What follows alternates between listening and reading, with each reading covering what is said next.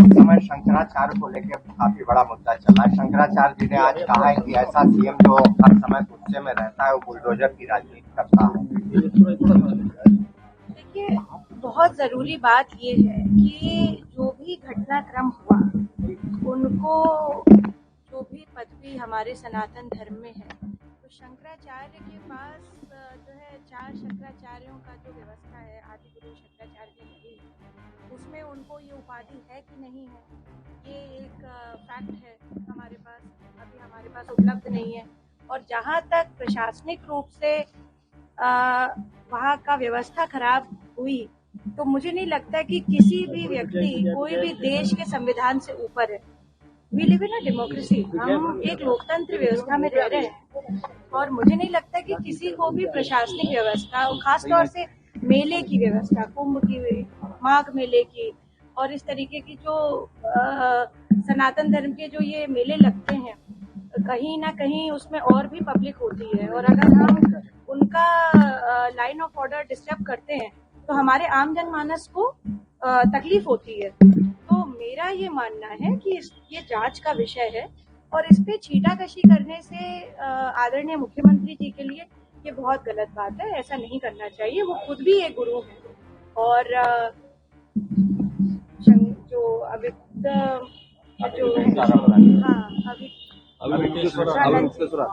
स्वामी जी को भाई वो सनातन के भाई संत है, तो उनको तो वैसे भी गुस्सा नहीं आना चाहिए, तो वो गुस्से के बारे में क्यों टिप्पणी कर रहे हैं? आपने भी उनकी वैधता पर सवाल उठा दिया कि वो शंकराचार्य है या नहीं, ये सीधा आस्था पर प्रहार नहीं लगता आपको? वैधता की बात नहीं कह रही हूँ मैं, उनकी उपाधि है कि नहीं। हमारे जो सनातन में गुरु पद्धति है, जो शंकराचार्य की व्यवस्था है, उसके बारे में तो भाई हमको सबको जानना अति अनिवार्य है। मैं किसी की वैधता और किसी के बारे में ये थोड़ी ना कह रही हूँ कि ये वैध है, ये अवैध है, ये मैं नहीं कह रही हूँ। जो व्यवस्था बनी हुई है उसके और उसको जानने का अधिकार सबके पास है और अगर वो चीज नहीं है और वो कर रहे थे जो प्रशासन की तरफ से रिपोर्ट्स आई हैं, तो मुझे नहीं लगता कि कोई भी व्यक्ति हमारे संविधान से ऊपर है। क्योंकि जब भी मैं अपने पूज्य गुरुदेव का बात कह सकती हूँ कि मेरे पूज्य गुरुदेव आचार्य अवधेशानंद जी हैं और उनका जब भी रथ यात्रा निकलती है तो उनको बहुत आदर, बहुत सम्मान, और ऐसा ही नहीं कि सिर्फ उत्तर प्रदेश में, जहाँ जहाँ पर भी उनकी रथ यात्रा निकली है उनको बहुत आदर सम्मान के साथ करा जाता है। साथ ही साथ जो है जितने भी व्यवस्थित जो शंकराचार्य हैं हमारे देश के, उनकी भी मैं कितनी सारी रथ यात्रा में जा चुकी हूँ, मुझे ये शुभ अवसर मिल चुका है। हम सब ने देखा है, आप सब वरिष्ठ पत्रकार हैं, आप सब ने देखा है, किसी प्रकार की अव्यवस्था कभी नहीं हुई। परंतु जो है अगर इस प्रकार का इनके साथ हुआ है तो ये मुझे लगता है कि इस पे हमें जांच करनी चाहिए, क्या हुआ, कैसे हुआ।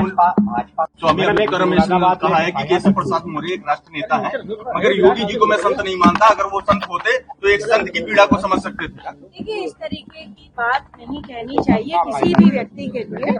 प्रशासन में क्या हुआ, किस अफसर ने उनके साथ क्या किया, ये एक जांच का विषय है और इस पे जांच होनी चाहिए। लेकर के बड़ा आया है, उसमें उन्होंने कहा कि त्रिवेणी पर ही भाजपा त्रिवेणी में बच गई है और भाजपा नैतिकता की सूखी नदी रन कर रही है। देखिए, इस बारे में मैंने अभी उनका बयान देखा नहीं और ये सारी बातें जो हैं ये तभी होती हैं जब किसी तरीके का विवाद होता है। मुझे लगता है संतों के बारे में और प्रशासन के बारे में हमारी धारणा आदरणीय मुख्यमंत्री जी की बहुत अच्छी है और वो देखिए राजधर्म का पालन करते हैं हमेशा। उन्होंने कई अपने वक्तव्यों में कहा है कि मैं किसी व्यक्ति विशेष के लिए नहीं, मैं राजधर्म के लिए आया हूँ और राष्ट्र धर्म निभा रहा हूँ। तो यही हमें मानना चाहिए और इसके किसी के छीटाकशी करने से यूपी की ग्रोथ पे, यूपी की एफडीआई पे, यूपी की जीएसडीपी पे, यूपी का जो $1 ट्रिलियन इकोनॉमी बनाने की जो सोच रखते हैं आदरणीय मुख्यमंत्री, उस पर कोई फर्क नहीं। मुरादाबाद में हिंदू लड़की को बुर्का पहनाया गया, उससे क्या कहना चाहिए? क्या मुरादाबाद में 5 मुस्लिम लड़कियों की छात्रा ने एक हिंदू छात्रा को बुर्का पहनाया, उसको एफआईआर भी दर्ज। बिल्कुल अच्छी बात है, एफआईआर दर्ज भी होनी चाहिए और जांच होनी चाहिए उस मामले में। अच्छा, ये व्यक्तिगत सवाल है, इनसे क्यों आप बच रही हैं?